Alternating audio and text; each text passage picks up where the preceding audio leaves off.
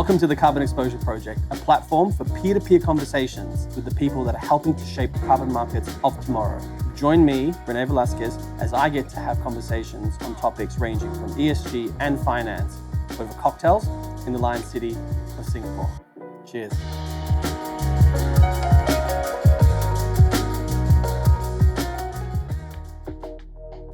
My guest today is Stephanie Russo, Chief Strategy Officer at Carbon Growth Partners.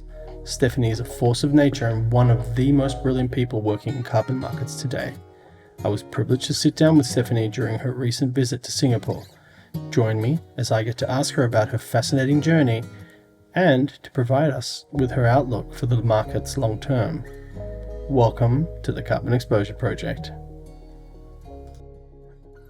Stephanie, welcome to Singapore. Thank you. Thanks for coming and joining me today. I'm really excited about our conversation. I'm always happy to have a cocktail and talk to you about carbon. And cocktails. Yes. Cheers.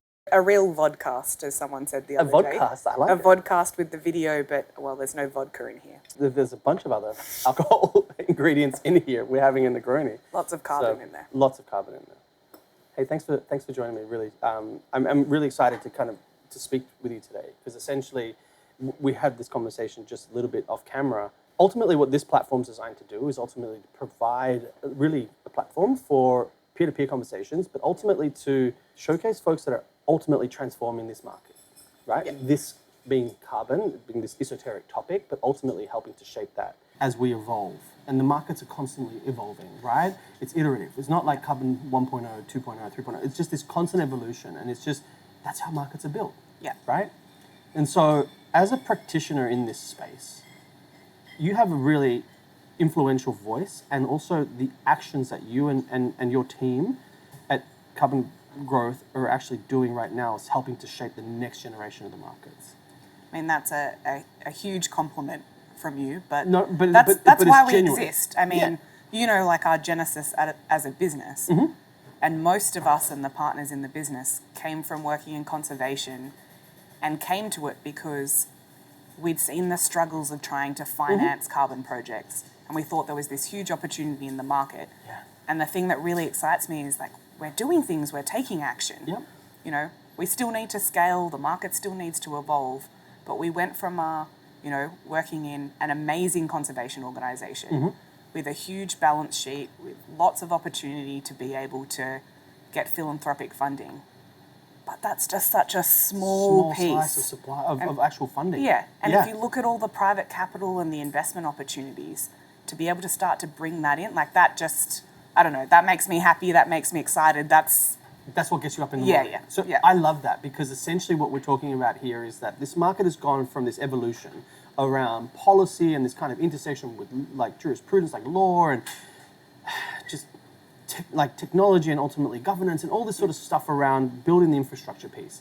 But what has been lacking in order to achieve scale, and you mentioned that word, I really want to focus on that, is ultimately the effective allocation of capital. So it starts with ultimately making carbon an investable asset class. There's already a corollary for that in the compliance systems, like in the UETS, because of the allowance markets and the scale that provides, right? We're talking billions of dollars. Oh, great. perfect. Thank you. So now we're double parked. Less talking, more drinking. No. Less talking, more drinking. Okay, cool. Challenge accepted. Thank you, Lucas. So let's go back and just unpack that, right? So, okay, carbon as an investable asset class. We have essentially already precedents with compliance systems, whether that be in California or in the EU ETS. And now you have these ginormous markets, right? And now there's interlinking, and there's a development under Paris for a whole lot more nationally driven markets. But effectively, there's this adoption of some of the innovation that's being driven in large part by voluntary markets, because essentially these are baseline and credit, just offsets. Yeah. Right? And so now there's this opportunity for investment. You are at a specialized carbon fund. Yes. And you're allocating capital from sophisticated investors, high net worth individuals, family offices, some institutionals, and you're allocating that now effectively. Yeah. What's the appetite on your investor side around this risk side, and where do you see it going? Yeah, I mean, it's interesting. in the evolution of kind of where we've come from in a business. You know, we talk about the market evolving, and it's evolving pretty quickly, particularly when it comes to investors and their appetite. So when we had our first fund, most of the investors who came into the first fund were, you know, high net worth individuals, small family offices, kind of single family offices, less of the kind of multi-family office, but really a lot of either impact motivated or people who could just see where the opportunity was. You know, there's all of these conversations happening around carbon, the voluntary carbon market, we'd say the verified carbon market. I like to say the international carbon market. I love that too. But, you know... That was my old team. that there's, you know, the price is there when you compare that to what's happening in compliance markets, and they're doing essentially the same thing. There's something missing here. And so they could kind of buy into that thesis. Some of them really impact motivated, some of them really just kind of, you know, quite experienced thinking about risk and opportunity and could see that. And, you know, some of our projects are in, you know, we've got projects in the DRC. We have projects in, you know, Colombia. We have projects in Pakistan. You know, we're buying carbon credits from places that don't always kind of necessarily align with where people are kind of saying, you know, these are the best places for us to be investing. But they are the best places to be investing if you're thinking about carbon. But over that kind of the time and value period, as well. The last couple of years, now the conversations we're having are with institutional investors. Really kind of sophisticated, like managing billions and trillions of dollars, thinking about how they allocate to the carbon market. And that's really exciting. That is really exciting. And there's a huge opportunity there, but there's probably a couple of things that have to happen in the market So to what are those that. things? Let's help unpack them for me. Well, I think certainty is one of them, and we were talking about this before. Certainty in the policy environment, whether that's the government policy environment, because even though they're not directly kind of regulating the carbon market for a voluntary or kind of non-compliance purpose, there's a lot they can do. And also policy certainty for companies. That's critical. People need to have the license to participate in the market. And these I think that's been lost in this like latest like vitriolic attack by well-intentioned kind of you know do-gooders, but ultimately they're missing the point. They're building up this straw man argument of like, well, you shouldn't cop out and essentially purchase offsets, but that misses the entire point. We have a very finite budget of carbon that we can actually introduce into the atmosphere to like, you know, avoid the climate impacts, right? And so this is a tool in the toolbox in order to put a price on carbon and ultimately affect outcomes. Companies can utilize this price internally, and as they go up the marginal abatement cost curve, they can take those low-hanging fruit and actually implement those CapEx investments. And every single report, I mean, you might have touched on this in, you know, some of the other conversations you've had. Every successive report that looks at companies taking action and having really serious kind of decarbonisation strategies and investing what they're doing, all of them are doing offsets as well. And it's a good kind of lead indicator of how seriously they're taking that issue. So don't you want more companies to do that? Yes. And the answer should be yes. Like it's obviously a rhetorical question, but the answer should be yes, wholeheartedly. No one's coming out and saying, you know what I'm going to do? I'm not going to do any decarbonisation. I'm going to 100% offset my way to net zero. Because that's not what... It's not palatable. That's not the investment. That's not the hierarchy around carbon. You measure, reduce, and then offset the unavoidable. But as the cost of offsetting increases, right? That's an externality that now justifies CapEx investments in, if you're, you know, an industrial, changing the energy mix of your operations, of your plant, you know, changing the boilers, et cetera, et cetera, et cetera. You cannot do that. For airlines, for example, right now, sustainable aviation fuels are all the talk of the town. But the economics don't stack up. They're 3 times to maybe 5 times more expensive than the equivalent jet fuel. But so also what's the incentive for an airline to actually switch and invest at scale? And even if they get every solution around SAF and projections right, as well as do everything they can do in, like, you know, route efficiency, the airline industry has billions of offsets that they'll need. They have billions of emissions that they cannot meet through every technological solution, every efficiency, you know, transforming SAFs, even if it does work and it becomes cost effective. There's no way we can get there. And they acknowledge that. I mean, in the market-based mechanism that now is Corsia, there are those 4 pillars: technological, operational efficiency, sustainable aviation fuels, and offsets. And the offsets piece is critical. That's why you have the eligible emission unit criteria. And it is a key component. Essentially, that market demand essentially did not materialize during the pilot phase because of COVID. But when we extrapolate and we model it out across phase one and the compliance period from 2027 and onwards, that demand for offsets is absolute, in any case, low, mid, and high case, is significant. We're talking hundreds of millions of tons over periods of time, potentially billions of tons. And there's also... So you're right. And it's a hard to decarbonize industry. Yes, exactly. So why is it being vilified? I mean, it frustrates me, you know. I've spent my entire career working in environmental markets from, you know, all sorts of angles. Sure, I'd love to unpack that in a sec. And, you know me, I'm a people person. Yeah. And the thing that I think is missing from the conversation around carbon markets, and this is what frustrates me, the beneficiary of the carbon market is not a company. The beneficiary of the carbon market are local communities and Indigenous people who are being paid to protect natural assets, or who are, for the first time, being able to fund the transition from, you know, 3 stone fires that have, you know, terrible health outcomes. Oh, the particulates just alone is terrible. All of a sudden they can have cook stoves that really change the way that their health outcomes, social outcomes. And, how is that it decreases the pressure in terms of deforestation in those communities because you're burning fuel more efficiently. And reduces emissions. It's just genius. Why is that a bad idea? No, Why do we not want to support those things with capital that means that people who are, you know, polluters in the sense of emissions are paying for that pollution, and they're paying for really positive outcomes. And that's a rational economic theory, right, at play. And I think we're rational actors in an irrational and emotional world. Essentially, the vitriol around offsets is essentially this knee-jerk reaction to saying, well, that's not, you know, the most effective thing. You need to decarbonize the hard way.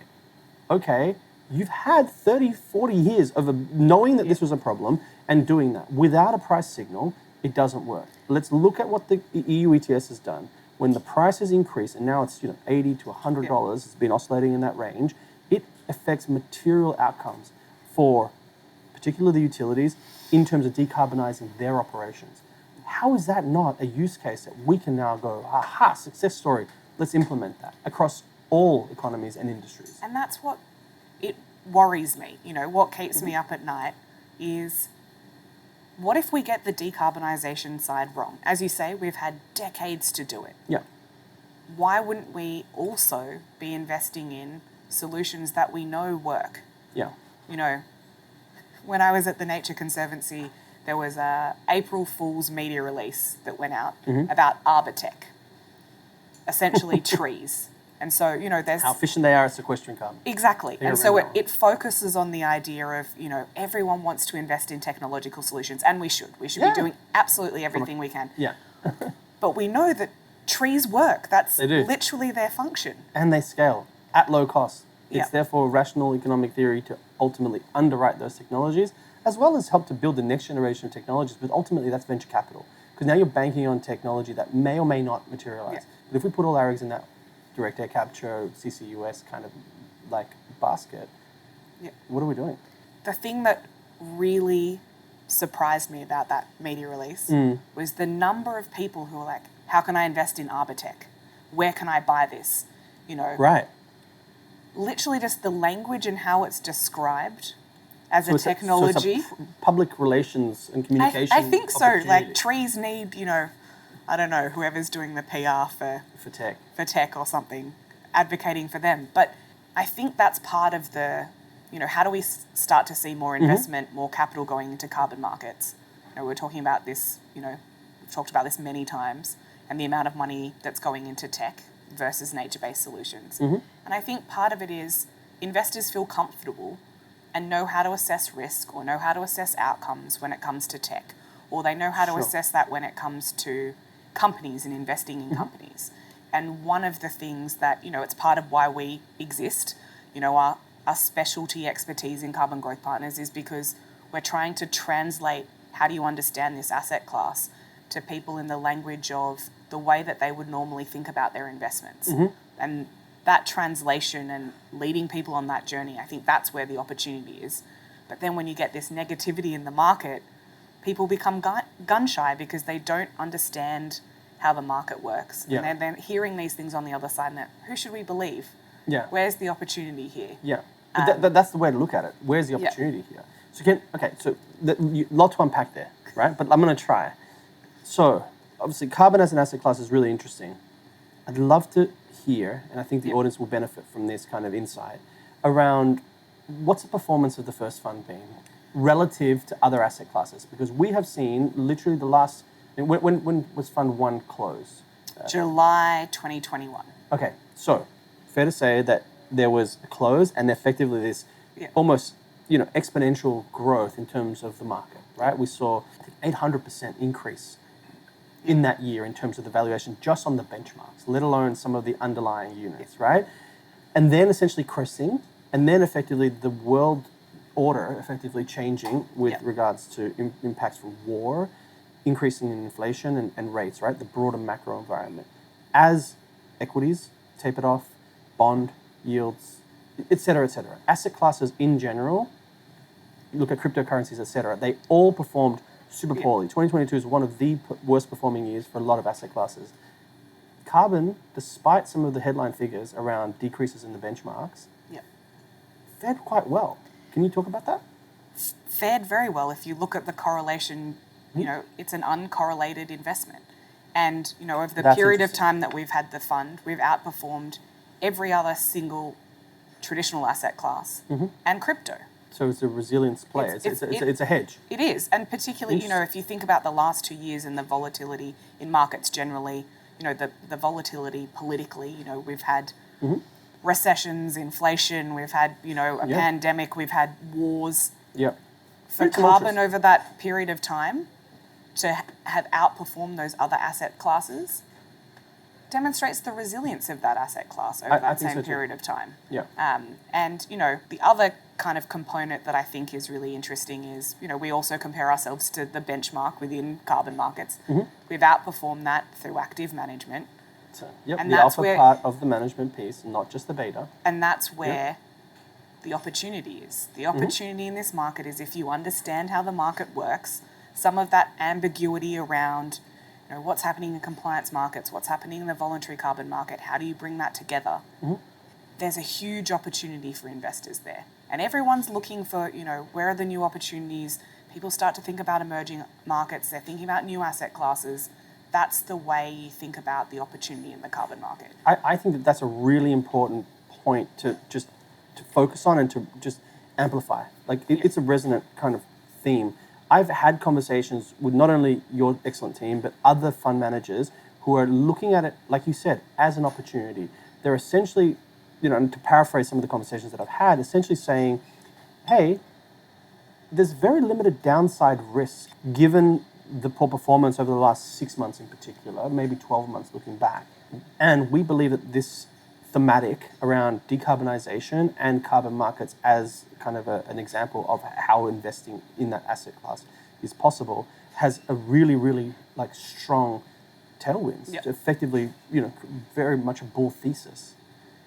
And so to paraphrase some of these folks, they're saying essentially we view it as a distressed asset sale currently, right? For certain pockets. And certainly on the primary side, there's folks who were hoping for higher prices, but now come to market in terms of yield, in terms of issuance, and essentially are looking to sell at a lowest cost. That's just market, how they cycle. Yeah. But then a really prudent allocator of capital, in this case a fund manager like yourselves, effectively senses an opportunity. Am I correct? Yeah. Taking providing them a liquidity event, taking on a position, putting capital at risk in questionable times, and then ultimately having conviction to see that through. Yeah. Correct? It's a structural play. And you have to think about, we've been started by talking about the evolution of the market and scale.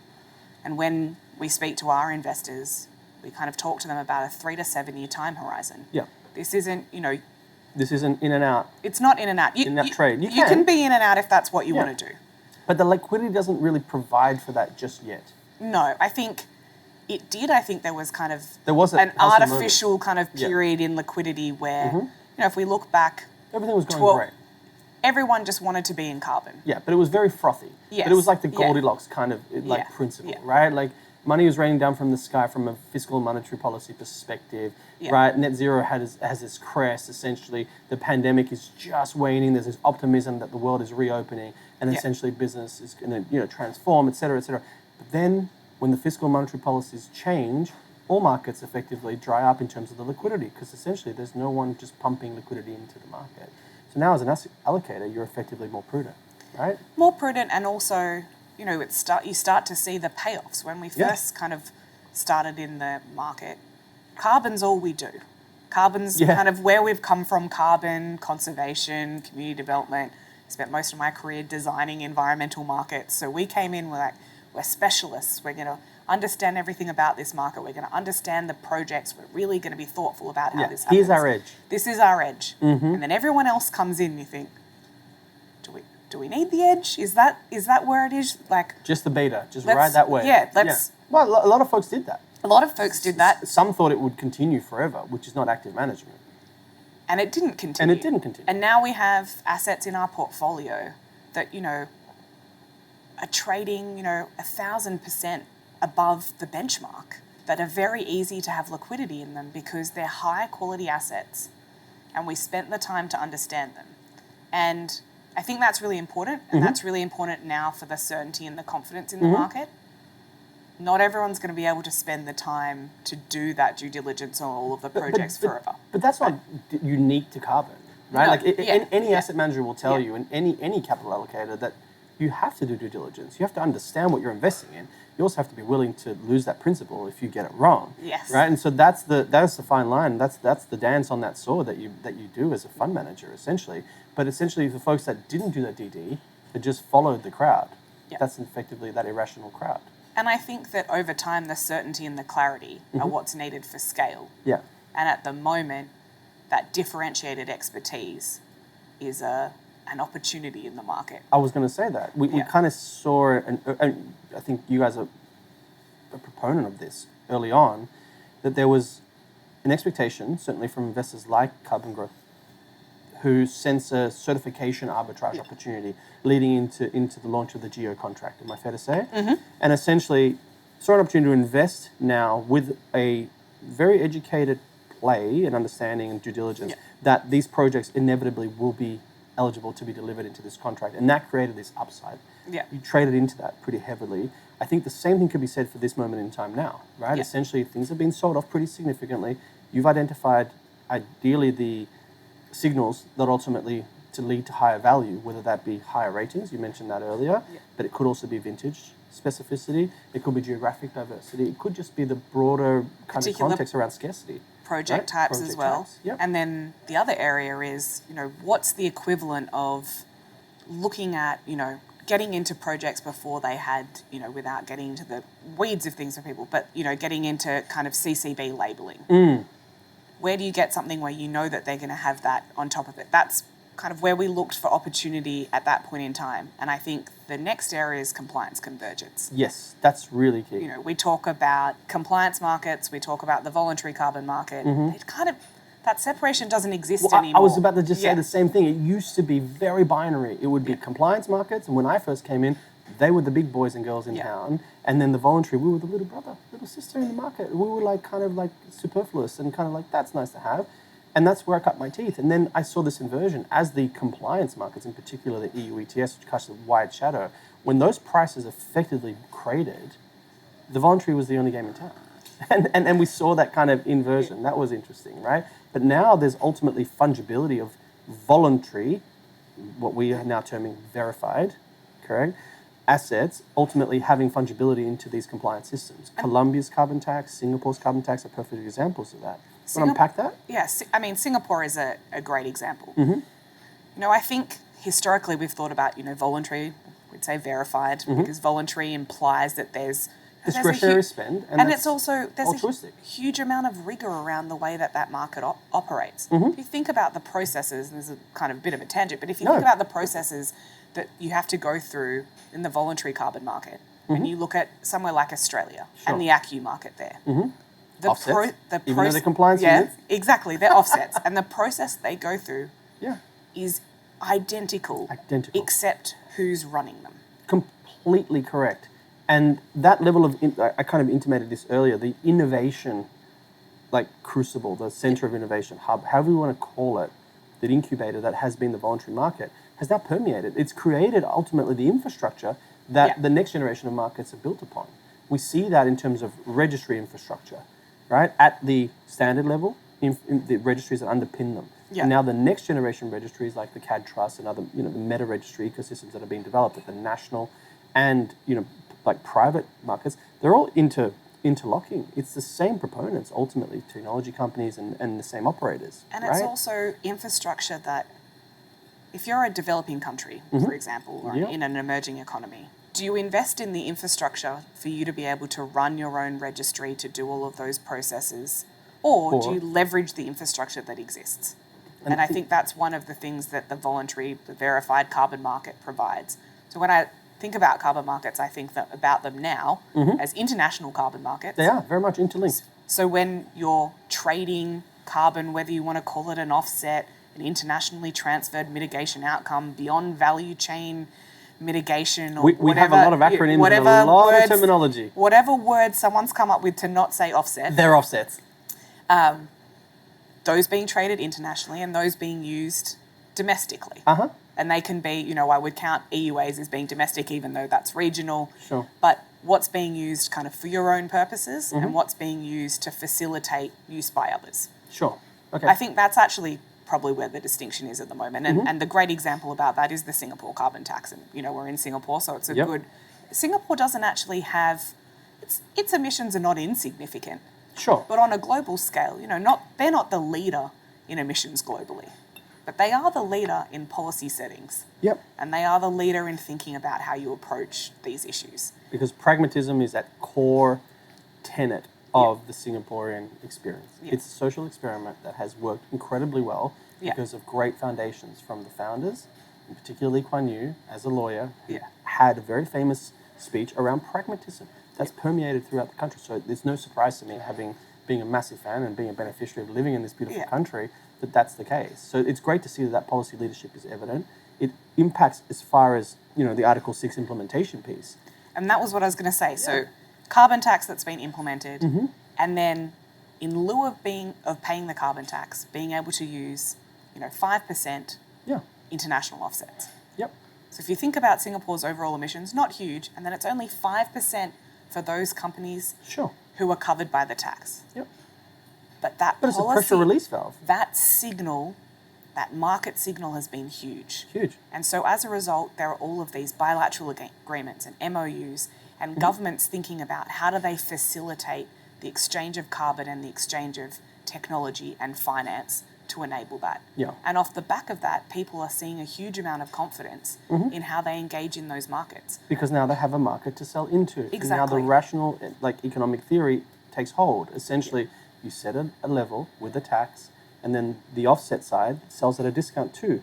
Effectively, now you channel flow to domestic projects or activities within the region, and you channel flow to impact. Because paying the tax doesn't have the same impact in terms of community, biodiversity, and nature kind of impacts, right? Well, it's interesting. So if you're a company, and this is, it'll be interesting to see whether or not the offsets that are used trade at a discount to the tax or a premium. That'll be interesting. I'd love to see that. I mean, in Colombia, investments in offsets have actually traded above what the carbon tax is. Sure, not in the early days, but yes. Over time, because now they're competing against a broader international context. Yes, exactly. We saw that. Exactly. That's a really great example. So for folks that aren't so familiar with it, essentially, let's unpack that for a second. Yeah. So essentially, Colombia's model is very similar to the one here in Singapore, where there is a carbon tax it's essentially a fuel levy. Yes. Right? And effectively, in lieu of paying the tax, you can have the purchase of offsets with the caveat that they're domestically derived offsets from recognized standards. In this case, domestic standards like CEP Carbono and international standards like Vera. Okay? And, like you said, initially, the domestic credits were selling into the tax at a discount too.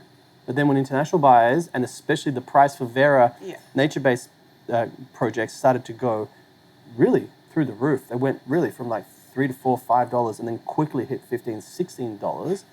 Now the Colombian credits in terms of afforestation, reforestation, and REDD+ credits looked mightily attractive for investors, essentially saying, hey, these are trading at a steep discount to where Vera is. And ultimately the price now went above the tax level. So you're right. Because you've got you have in that case, the carbon tax internally, the fuel in Colombia is the floor. Is the You floor. always know that you're going to have the opportunity for what you've created to be sold into that market. Yeah.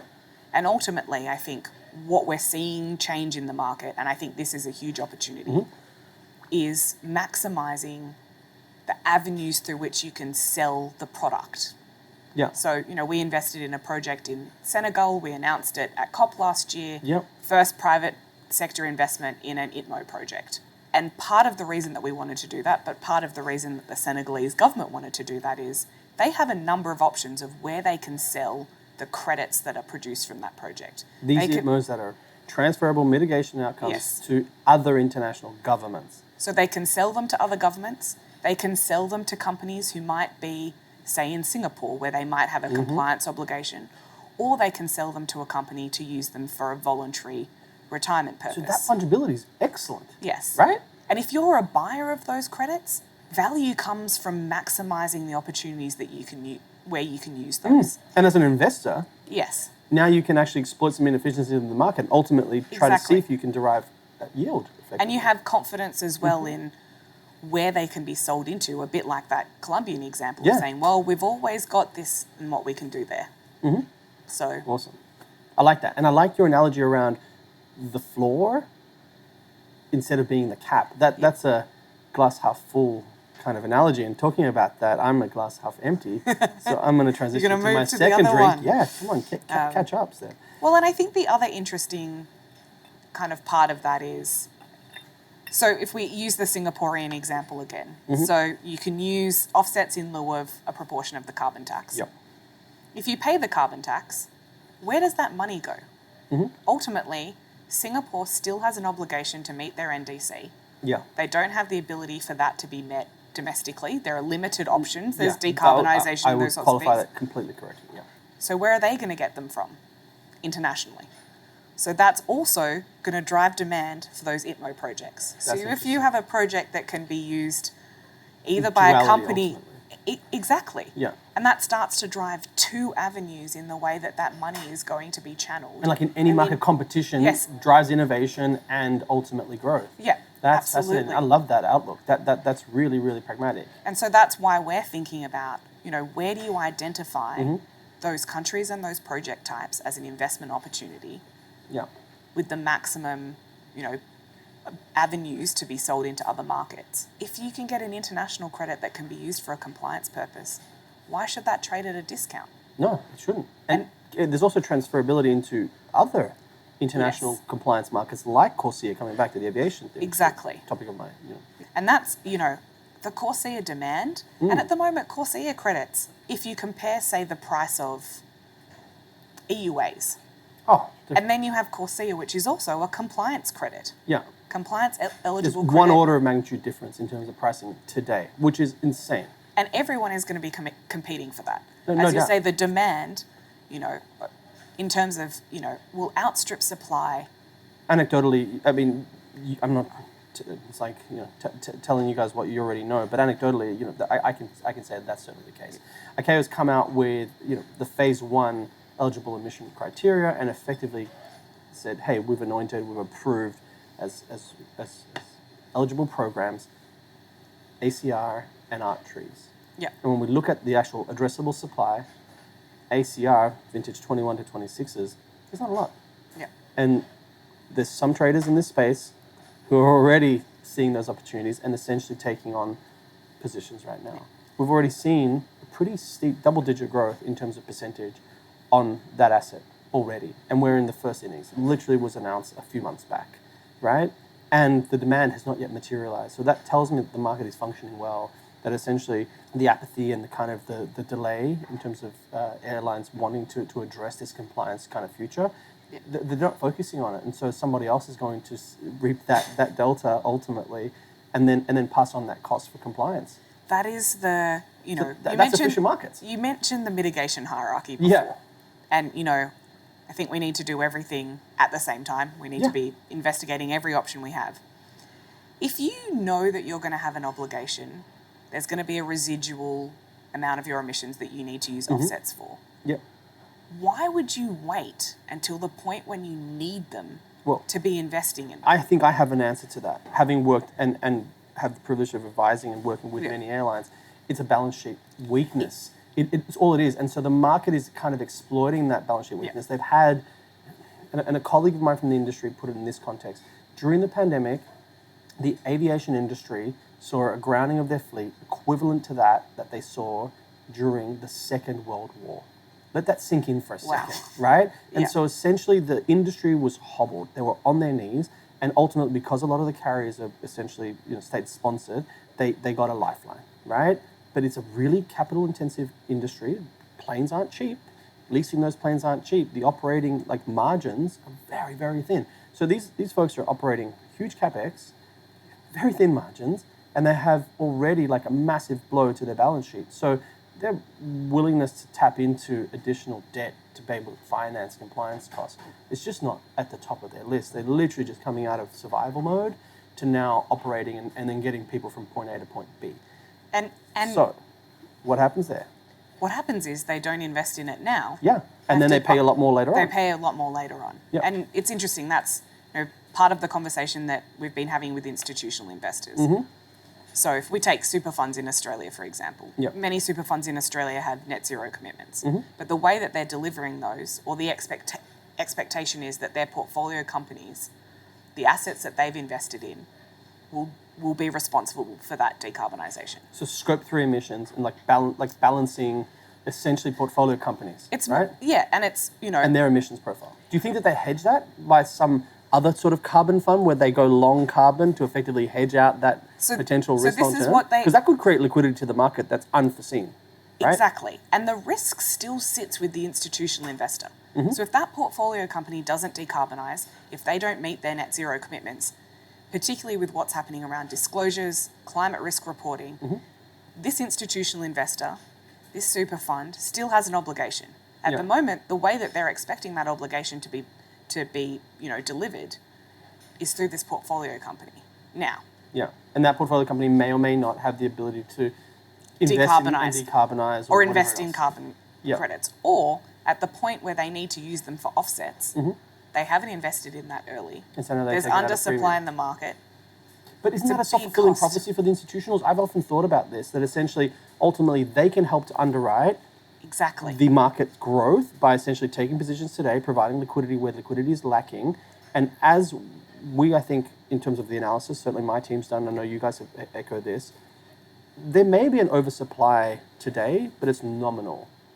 And that as demand inevitably comes back, and I think that there's an inevitability in this market, the supply constraints will become the choke points of this market, and this market will invert back from oversupply to critically undersupplied. So effectively taking long positions now, wouldn't that ensure not only a hedge, but also alpha and beta to their portfolios? And So this- why are they doing that?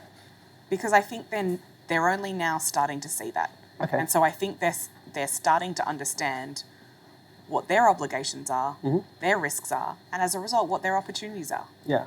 Investing in the carbon market is a natural hedge for them. Yeah. Even if they're only doing that for a financial return. And there's a whole they're building, litany of different assets, Exactly. right? Purely voluntary, Article 6.4, Article 6.2. They're building on the and there's supply fungibility. that they're going to be dependent on, Mm-hmm. or their portfolio companies are dependent on in the long run. And I think we're going to start to see a really big shift in the way, and we know that institutional investors are starting to invest capital at scale. They've done a lot in decarbonisation, they've done a lot in tech. Yep. They're now starting to think about carbon markets, and not just compliance markets, but the voluntary carbon market. Sure. And it's as a broader, part of that we're talking about piece. trillions of dollars in Yeah. terms of capital allocation across Exactly. all industries. Yeah. And it's not just carbon, it's EVs, it's shipping and aviation, it's Yeah. fuels, it's transition finance for coal-fired power plants and decommissioning them earlier, and all these complicated sort of areas.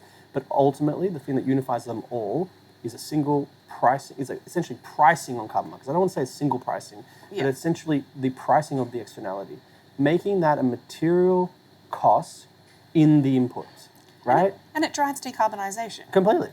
If you're offsetting at the end, and the price of that carbon goes up, you start to think about it. The example of a company who leaves it until the last minute. You go, okay, well, now the price on carbon is X. Mm-hmm. Maybe I'll decarbonise, because if I don't, I'm going to have an ongoing obligation there. Yeah. And I think that will start to drive investment. I think that's also one of the arguments that gets used against the voluntary carbon market. So saying, well, they just won't do it then. But there's a stickiness once you start to use offsets or you start to invest, Yeah. it's very hard to walk away from that. And so you want Agree. people now to be investing. You want the stickiness to come for companies now in their retirements. Yeah, but also companies need to be encouraged and not disincentivized from yes. taking action. Ultimately, voluntary action is filling a policy void, right? Because it's preemptive of any policy coming in, right? Yeah. Pre-compliance, etc. They take action. Learn by doing, build capacity. Cool. But then this perverse outcome effectively of saying, oh, it's better that you do nothing. Like that does not make any logical sense to me. And that seems to be the prevailing notion sometimes that's exposed in the media. And it's just a straw man argument, I feel. We don't want to reward people for doing the right thing. Yeah, but that's exactly what it is. I don't want to point fingers to the media, but effectively that the same publication, a well respected industry like finance industry media publication, one day essentially tortures or lambasts voluntary action taken by corporates, and then the next day, some of those same companies, some of the airlines that were mentioned in there, are actually now celebrated for effectively discarding their offset policies and programs and ultimately investing into SAF to what amounts to be token investments. That is purely a fig leaf. And then when you look deeper in terms of the literal press releases that these airlines and these companies are making, particularly on the SAF side, they forecast SAF uptake of 10% by 2040. So ultimately what they're saying in plain sight is, well, it's better for us to do nothing from today, 2023, until 2040, and in 2040, 90% of our emissions are still unavoidable and unaccounted for. Cool. Maybe we can take a pause and continue our drink. Sounds good. Cheers. Cheers.